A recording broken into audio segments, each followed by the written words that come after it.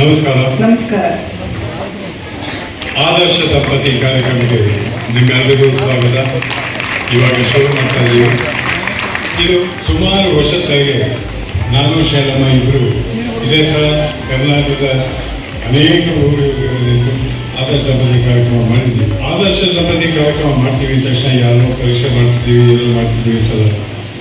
ಬಹುಶಃ ನಾವು ಕೇಳೋ ಪ್ರಶ್ನೆಗೆ ಅವ್ರು ಉತ್ತರ ಕೊಟ್ಟಾಗ ಆ ಉತ್ತರದಿಂದ ನಮ್ಮನ್ನು ನಾವು ತಿಳ್ಕೊಬೋದು ಅನ್ನೋ ಇದರಿಂದ ಕೇಳ್ತೀವಿ. ಯಾಕಂದರೆ ನಿಮ್ಮ ಉತ್ತರದಲ್ಲಿ ಅವಾಗ ಏನೋ ಒಂದು ಪಾಠ ಬರುತ್ತೆ, ಆ ಪಾಠ ನಾವು ತಗೋಬೇಕು. ಸೊ ನಮಗೆ ಮೇಷ್ಟ್ರಾಗಿರ್ತೀವಿ, ನಮ್ಮ ಶಿಷ್ಯರಾಗೂ ಇರ್ತೀವಿ. ಅಂದರೆ ಈ ಆದರ್ಶ ದಂಪತಿ ಕಾರ್ಯಕ್ರಮ ಹೇಗೆಂದರೆ ಇದು ಲಗಾಟಿಂದಲೂ ಹೇಳ್ತಾ ಇದ್ದೀವಿ, ಗುರುಗಳು ಇಷ್ಟಾನೇ ಹೇಳಿದ್ರು. ಯಾವುದೇ ಒಂದು ಸಂಸಾರದಲ್ಲಿ ಯಾವುದೇ ಒಂದು ಪ್ರಮುಖ ನಿರ್ಣಯ ತಗೋಬೇಕಾದ್ರೆ ದಂಪತಿಗಳು ಪರಸ್ಪರ ಮಾತಾಡ್ತಾರೆ, ಏನು ಮಾಡೋಣ ಏನು ಮಾಡೋಣ ಎಲ್ಲರೂ ಇವರು ತಿಳ್ಕೊಂಡೆ ಮಾಡ್ತಾರೆ, ಸಂಬಂಧಿಗಳನ್ನ ಕೇಳ್ತಾರೆ.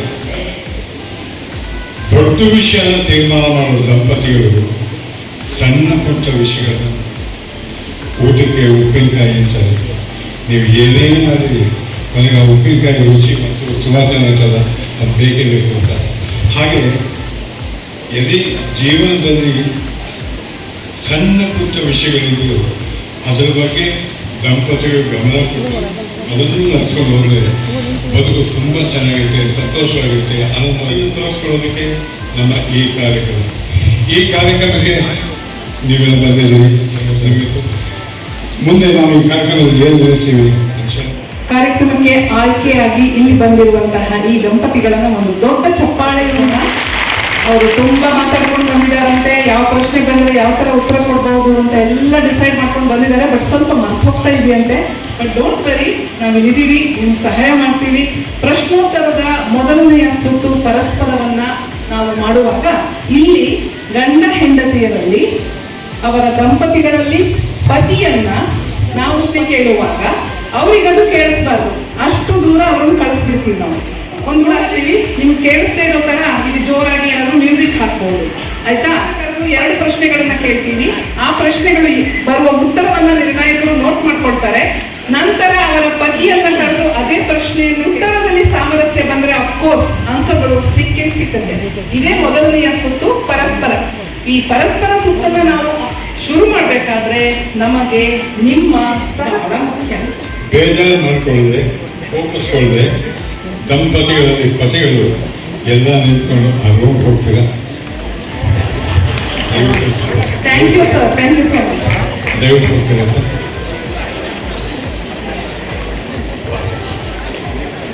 ಮೊದಲನೆಯ ಜೋಡಿ ಪತ್ನಿ ಅವನ್ನೆಲ್ಲ ಸರಿಯಾಗಿ ಕೂರಿಸಿ ಬಾಗಿಲು ಕೊಡಿ ಕಳಿಸ್ಬೋದು. ಸ್ವಲ್ಪ ಮುಂದೆ ಬನ್ನಿ. ನಿಮ್ಮ ಹೆಸರೇನು? ಅಶ್ವಿನಿ ಮಹೇಶ್ ಮಾಟೂರ್. ಅಶ್ವಿನಿ ಮಹೇಶ್ ಮಾತೂರ್. ಮಹೇಶ್ ಮಾತೂರು ಯಜಮಾನ್ ಹೆಸರು? ಅದಕ್ಕೆ ಮುಂಚೆ ಏನಾಗಿದೆ? ಗೊರಾಬಾಟ್, ನಿಂಗಪ್ಪ ಗೊರಾಬಾಟ್, ನಮ್ಮ ತಂದೆಯವರ ಹೆಸರು. ಗೊರಾಬಾಟ್. ಸೌದತ್ತಿ. ಸೌದತ್ತಿ ನಾನು ಎಷ್ಟು ಸಲ ಬಂದಿದ್ದೇನೆ ಸೌದತ್ತಿ, ನೀವು ನೋಡಲೇ ಇರೋಲ್ಲ. ಮನೆದಾಗಿ 17 ವರ್ಷ ಆಯ್ತು ಸರ್, ನೈಟೇ ಇರೋದು. ಬಂದಲ್ಲ ಚಿಕ್ಕದಾಗಿದೆ ನೆನಪ ಇಲ್ವಾ? ಅಮ್ಮ ನನ್ನ ಹೆಸರು ಶ್ರೀನಾಥ್ ಅಂತ, ನಾನು ಸಿನಿಮಾ ಮಾತಾಡ್ತೀನಿ. ದೊಡ್ಡ ಅಭಿಮಾನಿ ಸರ್. 18 ವರ್ಷ ಆಗ್ತಿಲ್ಲ.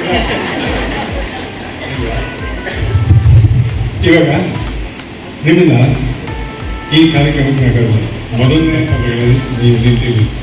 ನಮಗೆ ನಾವು ಕೆಲವು ಪ್ರಶ್ನೆಗೆ ಉತ್ತರ ಹೇಳಬೇಕು ಅಂತ. ನೀವು ಓದಿದ್ದೀರಿ, ಪ್ರಶ್ನೆ ಅಲ್ಲ ಇದು. ನೀವು ಪ್ರಶ್ನೆ ಆರಂಭ ಆಗಿಲ್ಲ. ನೀವು ಓದಿದ್ದೀರಿ? ಓದಿದ್ದು ಸೌದತ್ತಿಯಲ್ಲೇ ಸರ್. ಸ್ವಲ್ಪ ಯಜಮಾನ್ರು ಓದಿದ್ದೀರಿ? ಅವರು ಬಿಜಾಪುರ. ಬಿಜಾಪುರ. ಅವ್ರು ಬೇರೆ ಊರೇ, ಹುಟ್ಟು ಬೆಳೆದಿದ್ದಾರೆ ಇಲ್ಲಿ. ನೀವು ಸೌದತ್ತಿ ಹುಟ್ಟು ಬೆಳೆದಿದ್ದಾರೆ. ಇಲ್ಲಿಂದ ಸೌದತ್ತಿ ಎಷ್ಟು ದೂರ? 5 hours. 5 hours. ಇನ್ನೊಂದು ವರ್ಷ ನಮ್ಮ ಬೆಂಗಳೂರಿಗೆ ಬರ್ಬೋದಲ್ಲ ನಾವು? 5 hours ಅಲ್ಲಿ ನಿಮ್ಮ ಮದುವೆಗೆ ಎಷ್ಟು ವರ್ಷ ಆಯ್ತು? 17 ವರ್ಷ. 17 ವರ್ಷ ಆಯ್ತು. 2007. 2008 ನಂಗೆ ಲೆಕ್ಕ ಬರಲ್ಲ, ಅದಕ್ಕೆ ಲೆಕ್ಕ ಹಾಕೋಬೇಕು. 17 ವರ್ಷಕ್ಕೆ 18 17 ವರ್ಷದಾಗ ನೀವು ಮದುವೆ ಆದ. ನಿಮ್ಮನ್ನ ನಾನು ಪ್ರಶ್ನೆ ಕೇಳಿದಾಗ ಇನ್ನೇನಾದ್ರು ಹೇಳ್ಬೇಕಲ್ಲ ಇಲ್ಲ ಸರ್. ಸಂಬಂಧಿಸಿದ ವಿಚಾರ ಎಲ್ಲ ಹೇಳಿ ಆಮೇಲೆ ಪ್ರಶ್ನೆ ಕೇಳ್ತೀನಿ ಇಲ್ಲ. ಈಗ ಕೇಳೋ ಪ್ರಶ್ನೆ ಯಾಕೆಂದ್ರೆ ನನ್ನ ಪ್ರಶ್ನೆ ಜೋಬಿಂದ ಹಿಂಗೆ ತೆಗಿಬೇಕು ನಾವು ಹಿಂಗೆ ತೆಗೆದ್ರೆ ಇಲ್ಲಿರುತ್ತೆ ಇದನ್ನು ನಾವು ಹೇಳ್ಬೇಕು.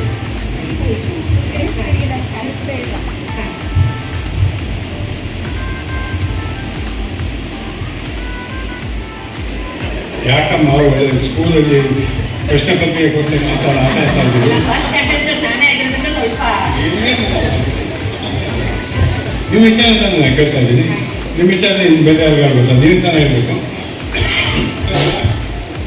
ನಾನು ಪ್ರಶ್ನೆ ಕೇಳ್ತೀನಿ ಸರ್ 17 ವರ್ಷ ಆಗಿದೆ ಯಜಮಾನ್ ಹೆಸರೇನು ಮಹೇಶ್. ಮಹೇಶ್ ಅವರು ಅವರ ಯಾವ ಸ್ವಭಾವ ಇಷ್ಟ ಆಗಿದೆ ಯಾವ ಸ್ವಭಾವ ಇಷ್ಟ ಆಗಿಲ್ಲ ಯಾಕೆ ಅವರು ತುಂಬಾ ಸಮಾಧಾನವಾಗಿರ್ತಾರೆ, ಅದು ತುಂಬಾ ಇಷ್ಟ ಆಗಿದೆ. ಸ್ವಲ್ಪ ನಿಧಾನ ಎಲ್ಲದರಲ್ಲೂ, ಫಾಸ್ಟ್ ಆಗಿಲ್ಲ, ಅದು ನನಗೆ ಅಷ್ಟು ಇಷ್ಟ ಆಗಲ್ಲ. ಈಗ ಈಗಿನ ಜನರೇಷನ್ಗೆ ಅಪ್ಡೇಟ್ ಕೊಡಬೇಕು, ಎಲ್ಲರೂ ಇಷ್ಟ ಆಗಲ್ಲ. ಈಗಿನ ಜನರೇಷನ್ ಫಾಸ್ಟ್ ಆಗಿ ಹೋಗ್ಬೇಕು ಯಾವ ರೀತಿ ಅಂದ್ರೆ ಹಾಫ್ ಅನ್ ಅವರ್ ಅಲ್ಲಿ ಬರ್ತೀನಿ ಅಂತ ಹೇಳ್ತಾರೆ, ಹೌದು 1 ಅವರ್ ಮಾಡ್ಬಿಡೋದು.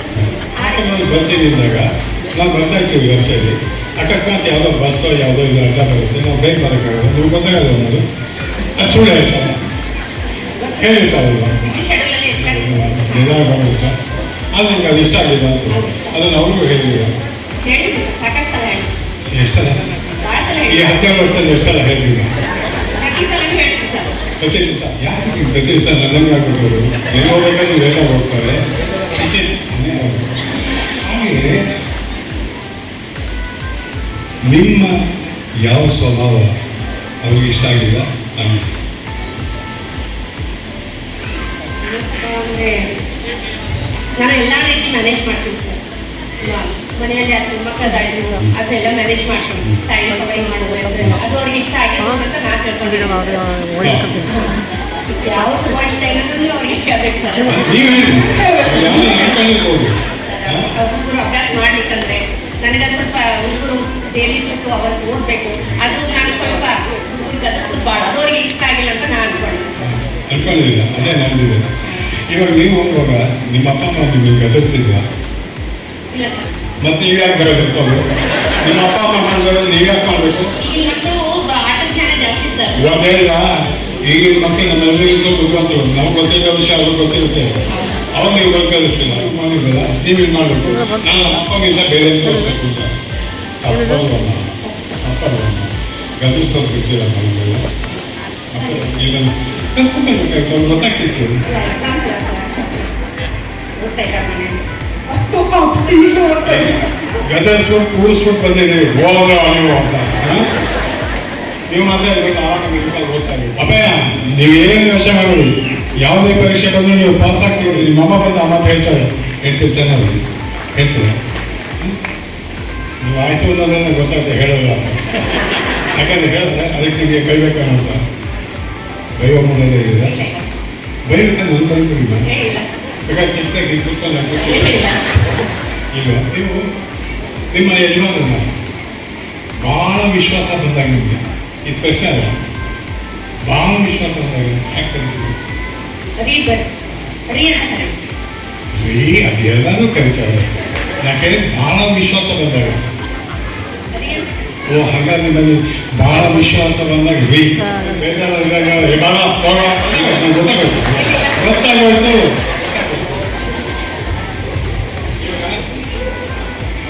ನಿಮ್ಮಲ್ಲಿ ನಿಮ್ಮಲ್ಲಿ ನಿಮ್ಮ ಅದನ್ನು ಕೇಳ್ತಾರೆ ಯಾರು ಯಾರನ್ನ ಮೊದಲ ಸಲ ನೋಡಿದ್ರು ನಮ್ಮ ಮನೆಯವರೇ ನನ್ನ ನೋಡಿದ್ದು. ಹೆಣ್ಣು ಬರೋದೇ ಹೆಣ್ಣೆ ನೋಡಿದ್ರು ಅವರೇ ಅವ್ರಲ್ಲಿ ಗಂಡಕ್ಕೆ ಹೋಗ್ತಾರೆ ಅವ್ರು ನಿಮ್ಮ ಮನೆಗೆ ಬಂದಾಗ ಬಂದವ್ರು ಸ್ಪಷ್ಟ ಹೇಳಿ ಯಾರು ಹೇಳೋದು ಅವ್ರ ಮನೆಗೆ ಬಂದಾಗ ನಿಮ್ಮ ಮನೆ ಮುಂದೆ ಹೇಳ್ಬಿಟ್ಟು ಅವ್ರು ಒಳಗೆ ಬರುವಾಗ ನೀವು ಕಿಟಕಿಯಿಂದ ನೋಡಿದ್ರೆ ತಾನೆ ನೆಲಮನೆ ನಿಂತಿದೆ ಸರ್.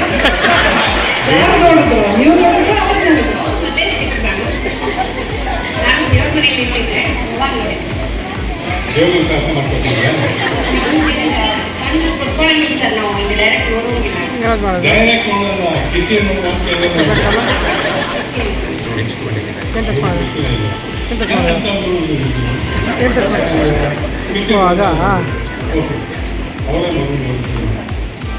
ಆಯ್ತು. ನನ್ನ ಆಸೆ ಎಷ್ಟೆಷ್ಟು ಇರುತ್ತೆ ನೀವು ನಿಮ್ಮ ಹೆಸರನ್ನು ಬಹಳ ಪ್ರೀತಿಯಿಂದ ರೀ ಅಂತ ಕರೀರಿ. ರೀ ವಿಶ್ವಾಸ ಬೇಕು. ರೀ ಬರ್ರಿ.